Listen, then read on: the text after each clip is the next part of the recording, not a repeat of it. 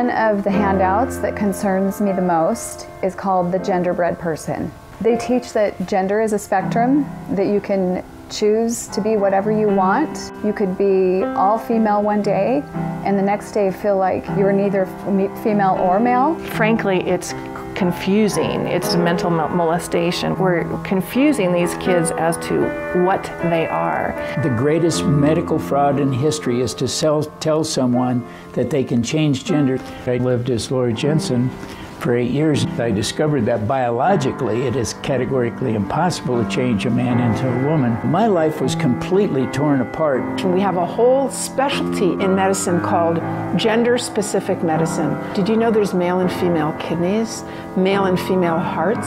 If there's a woman who needs a kidney transplant, she will do better with a kidney transplant from a woman.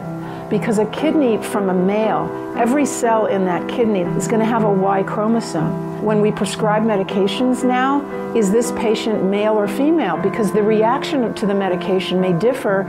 Leading young children down the path of puberty blockers, cross-sex hormones, and mutilating surgeries places them at a greater risk of developing high blood pressure, stroke, heart attacks, cancer, relationship problems, anxiety, depression, and suicide as adults. There are laws in Oregon where children as young as 15 can get taxpayer-funded sex changes without parental consent. You can't have an aspirin at school without parental consent. However, a student could make these life-altering, permanent decisions without their parental knowledge or consent. The Diagnostic and Statistical Manual of the American Psychiatric Association reports that as many as 98% of boys who are confused about their identity will come to accept their biological sex by the time they are adults, as long as they are not encouraged in their confusion. They're tampering with the core identity of these young people and confusing them. The Minnesota State High School League